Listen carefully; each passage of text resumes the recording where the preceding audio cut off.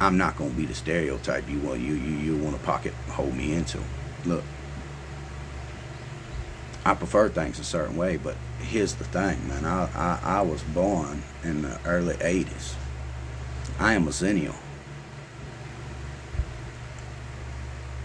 I really am an amalgamation. Me and everybody that falls into that category is an amalgamation of a multicultural, multiracial pedigree. We're sort of like that everything all at once all the time type of shit. We represent every pocket of American society because we were exposed to every pocket of American society. We were the first ones to see technology give us a viewpoint of the entire world. We got to play with it from the beginning. Culture touched us in a way it never touched generations before us. We become immersive to it because of the technology and because of where we lived and what we've seen in our everyday lives. We were physically and digitally immersed into a multiple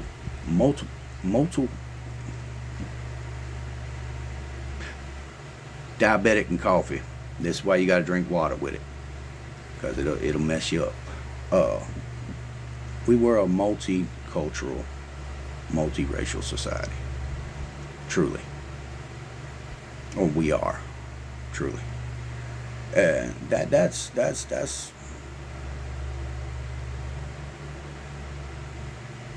Thank God. I want that. We're starting to see some of the benefits of it, because now we're starting to see kids in these new groups, these younger groups. As much as I despise a lot of their ways, the one thing I can say, and one of the things I've been proudest of my entire life, is that these kids don't see color quite as much as we do, or we did. It was pointed out to us. I remember pulling up with my kids. My kids are brown. Okay? They don't look like me. My kids are brown. And my stepkids. But it just so happens that part of me is Latino, part of me is Boricua, but they're not. That's not them. They actually come from very, very, very proud heritage. They're actually mostly indigenous Native American, from right where Mexico and the United States meet. Right on the line, actually on both sides of the line, the tribe. So yeah.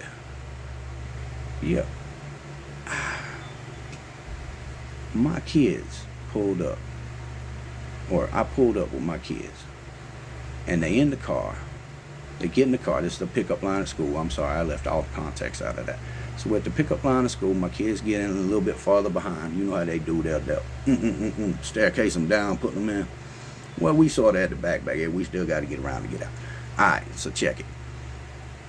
My kids get in the car, and they start telling me about that little boy, right?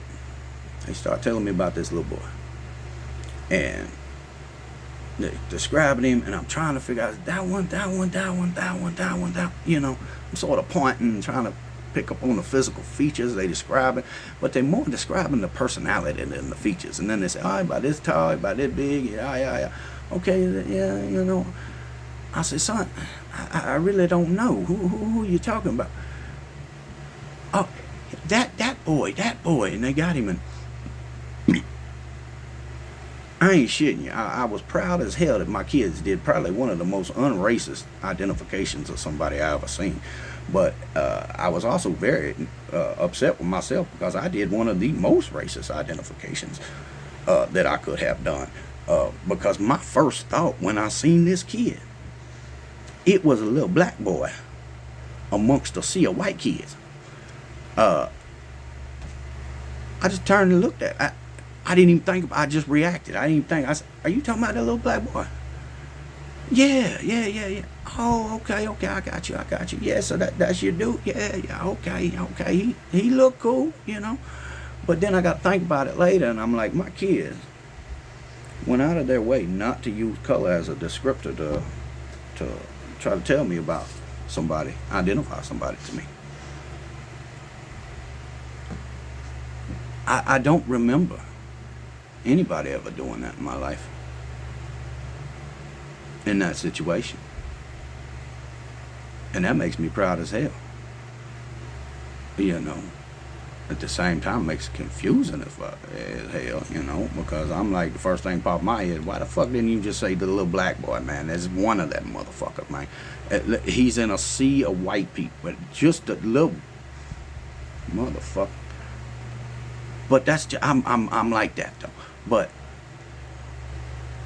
I know better than to say that to them, because I ain't gonna school. They doing a good thing. My brain doing the old school thing, you know. But yeah, so fucking proud.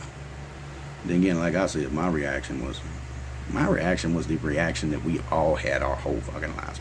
But the fact that I seen one little black boy in a group of white folks, and my kids refused to identify him that way, and I had to go through all this bullshit to try to identify him, simply because that wasn't anything that popped in their head as a descriptor. That wasn't a big identifier. It didn't matter enough to say it. That's what the fuck that made me proud, man. Fuck. You know what I'm saying? It made me proud as hell, man. They know the Pledge of Allegiance. They salute the flag.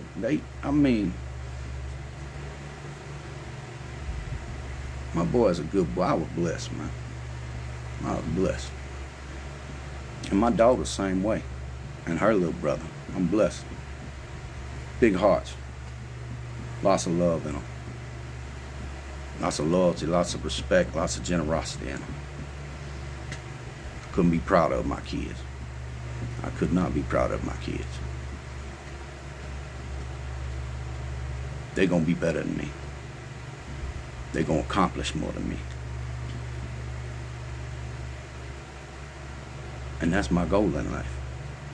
And that's another problem I think a lot of you parents got out there. Listen to me, look me in the eye when I talk. Let me take this off here. Let me talk to you real about this one. That's another problem I got out there with you parents.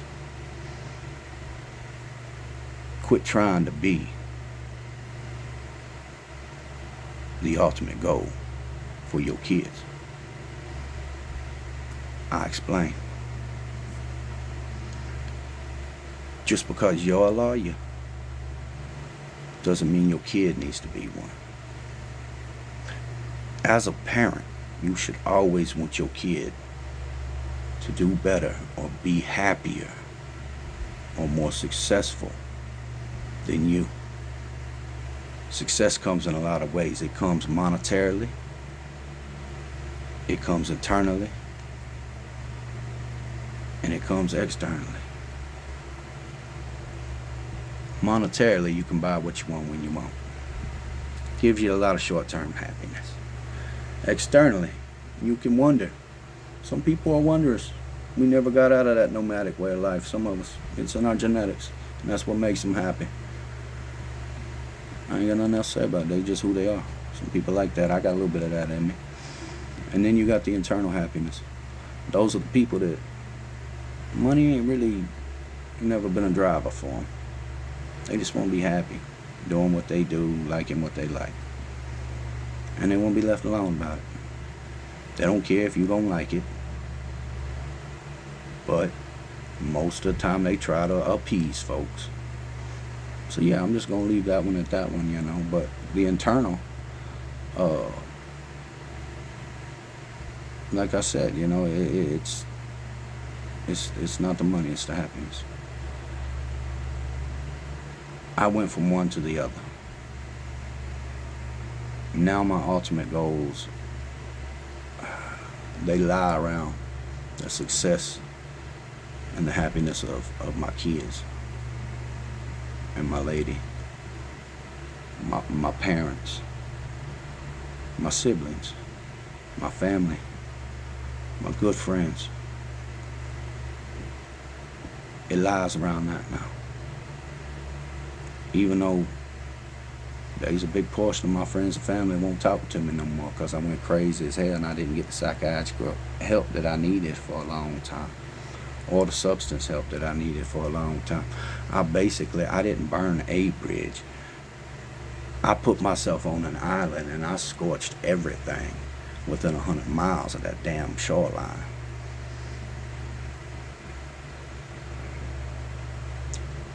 Now I'm somewhat lonely. Now I live somewhat lonely. I still got friends. People still reach out to me and all this and everything. But I want better for my kids. I want them to learn from my mistakes. I don't want to live through them. You know, people talk, oh, you vicariously trying to live through your kids. No, I just want to be there to clap at the accomplishments and be proud. Whatever those may be. I just want to be along for the journey. I want to hug, love, and kiss on my grandkids. I want to sit on the porch and rock with a nice ice cold iced tea in my hand and coffee. And watch them play in the yard. Look out across my mountains as I'm doing in the backdrop. That's happiness. That's life. That's the meaning of life.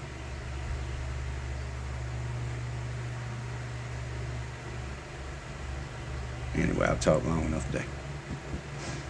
That's just my thoughts of the day. I love y'all, and I hope you join me on the next one. If you watch this all the way through, you are a saint. If not, I hope you enjoy what you watch. We'll get back with you on the next one. All right.